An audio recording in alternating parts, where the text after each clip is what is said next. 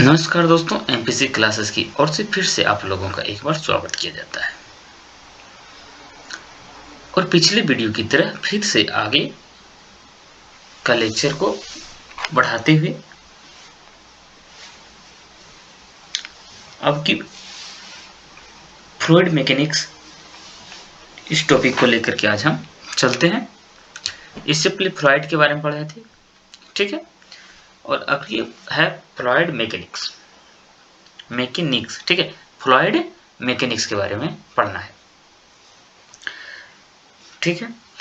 तो पहले हम जान लेते हैं कि मैकेनिक्स होता क्या है, फ्लूइड मैकेनिक्स क्या होता है, ठीक है। क्या है इसका पहले डिफिनेशन देख लेते हैं, फिर इससे रिलेटेड पढ़ेंगे, ठीक है। तो शुरू करते हैं बिना समय को गवाए। फ्लूइड मैकेनिक्स, ठीक है। It is the study of fluid behaviour at rest and in motion, ठीक है। It is the study of fluid, it is the study of fluid behavior at rest and in motion, ठीक है।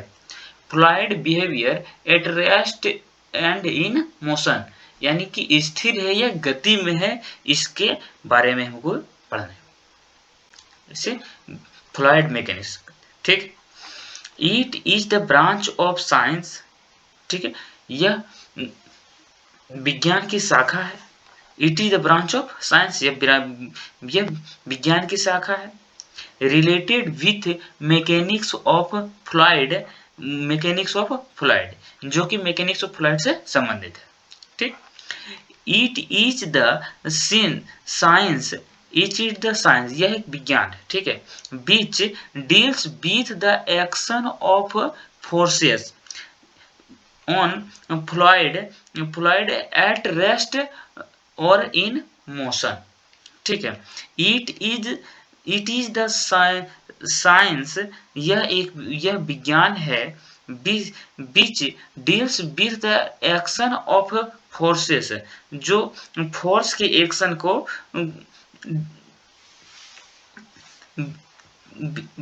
दर्शाता है, ठीक। It is the science which deals with the action of forces on fluid at rest और in motion, यह rest विराम में है या फिर गति में है, ठीक।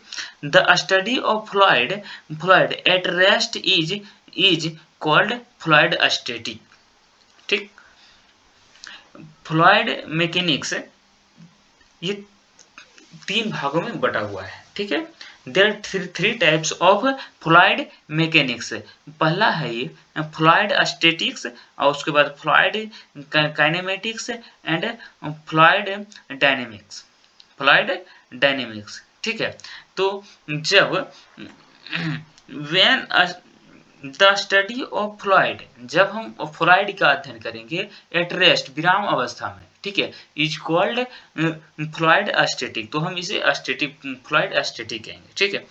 The study of fluid at rest is called fluid static, the study of fluid at rest is called fluid static, ठीक है। द स्टडी ऑफ फ्लूइड का ही जब अध्ययन करेंगे इन मोशन, जब रेस्ट में किए थे तो फ्लूइड स्टैटिक कहलाता है, ठीक है। और जब मोशन में किए थे without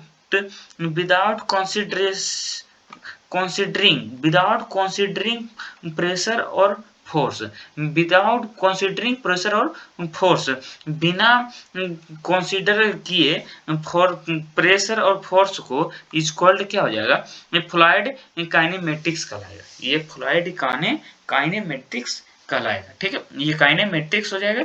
the study of fluid in motion without considering pressure और फोर्स, विदाउट कंसीडरिंग प्रेशर और फोर्स, और जब हम कंसीडरिंग प्रेशर और फोर्स कर देंगे, फोर्स, इज कॉल्ड हो जाएगा फ्लूइड डायनेमिक्स, ठीक है। तो इसमें दिया है the study of fluid in motion without considering pressure और force is called fluid kinematics. Without consider, जब हम कंसीडर नहीं करेंगे प्रेशर और फोर्स को, तो ये फ्लूइड काइनेमेटिक्स कहलाएगा। और जब हम कंसीडर करेंगे क्या, the study of fluid in motion considering pressure or force. Considering pressure or force is called fluid dynamics. जब हम कंसीडर करते हैं तो ये कहला जाएगा डायनेमिक्स, ठीक है। तो ये डायनेमिक्स हो जाएगा, ठीक है। तो क्लियर हो गया। फ्लूइड किसे कहते हैं? Fluid it is the branch of science related with mechanics, जो कि मैकेनिक्स से संबंधित है, ठीक है। Of fluid, mechanics of fluid से संबंधित है, ठीक है।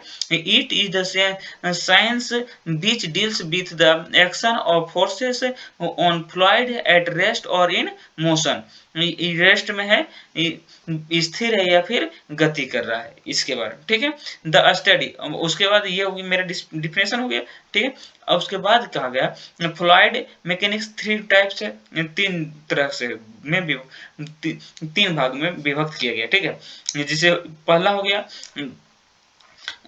फ्लूइड स्टैटिक, फ्लूइड काइनेमेटिक्स और फ्लूइड डायनेमिक्स। जब हम रेस्ट में रखकर फ्लूइड को अध्ययन करेंगे, जैसे the study of fluid at rest is called fluid static, the study of fluid at rest is called fluid static, और the study of fluid in motion without considering pressure और force, without considering pressure और force is called fluid kinematics, ठीक है। The study of fluids in motion considering pressure और force, considering pressure और force is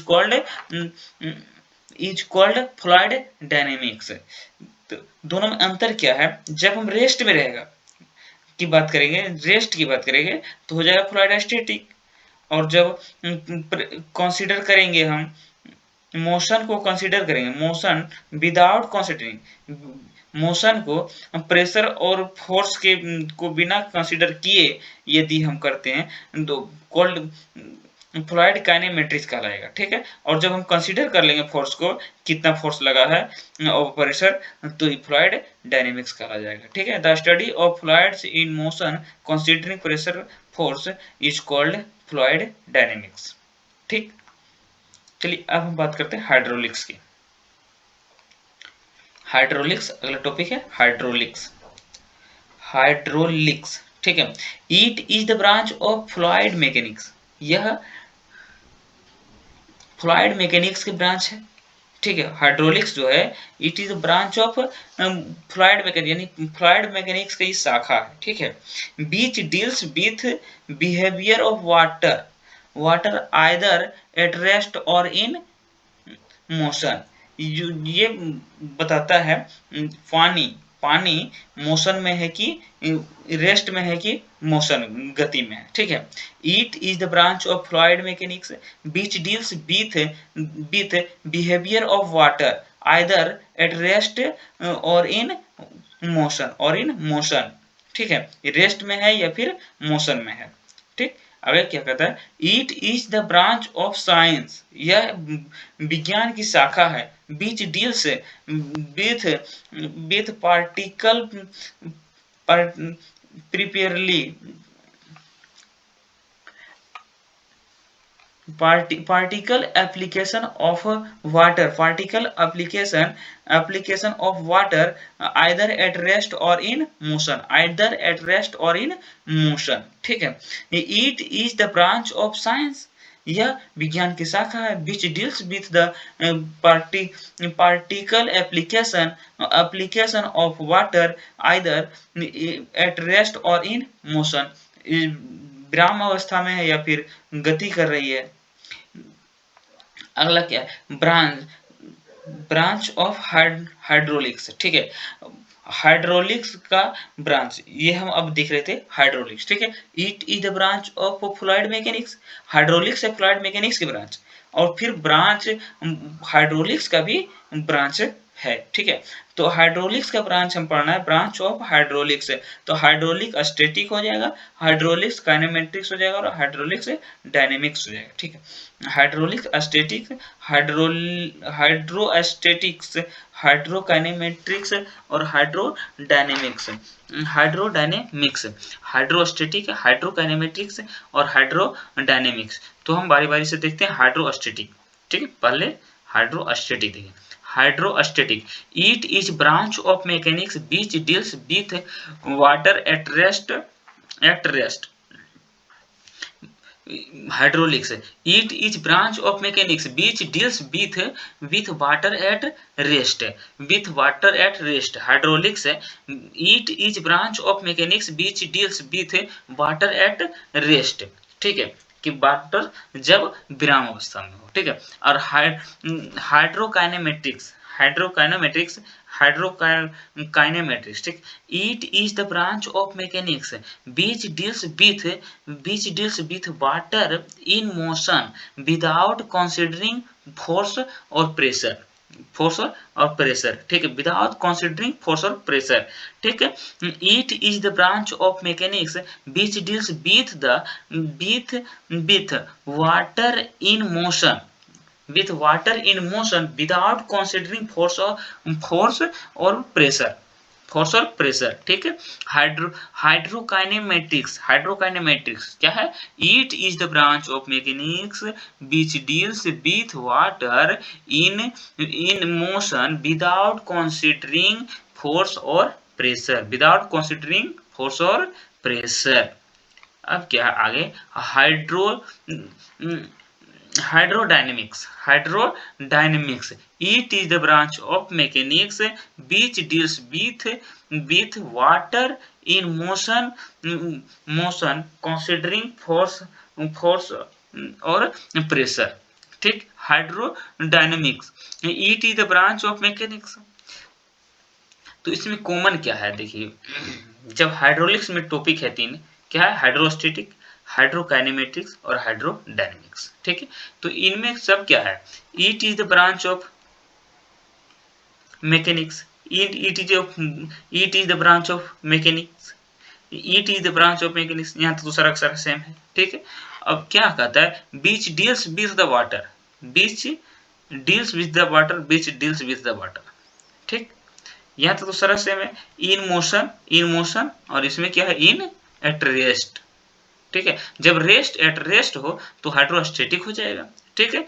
it is a branch of mechanics which deals with the water at rest, at rest तो static हो जाएगा, ठीक है।